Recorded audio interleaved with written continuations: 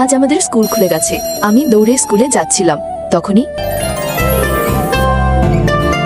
রাজ্যের বাচ্চা, তুই কোনোদিনও ঠিক হবি না। হ্যাঁ, তারপর আমি ক্লাসে ঢুকতেই দেখি রাজ গিয়ে নিকিতার বেঞ্চে নোংরা করে রাখে, আর নিকিতা বসতেই আমরা সবাই মিলে ওকে নিয়ে হাসাহাসি শুরু করে দিই। তখন আমি রাগে গিয়ে রাজকে এক চাউর মেরে দিই। আরে দোস্ত, মজা করতে গিয়ে বেশি কিছু করে ফেললাম না তো? রাজ, এটা কি করলি? বেচারি মেয়েটা কষ্ট পেয়ে গেল।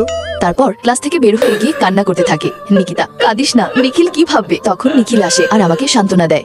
এভাবে ছোট বাচ্চাদের মতো কাঁদে না প্লিজ। রাজ আর তুই তো ছোটবেলার বন্ধু, ও তো শুধু তোকে নিয়ে একটু মজা করছিল। এই নিখিলের বাচ্চা তো কিছু করা লাগবে।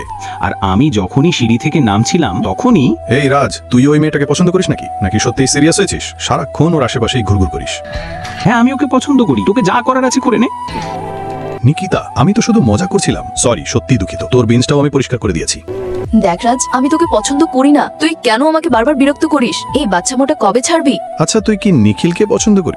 দ্বিতীয় পার্ট এই চাইতে মজা দেখার জন্য চ্যানেলটি অবশ্যই সাবস্ক্রাইব করবে।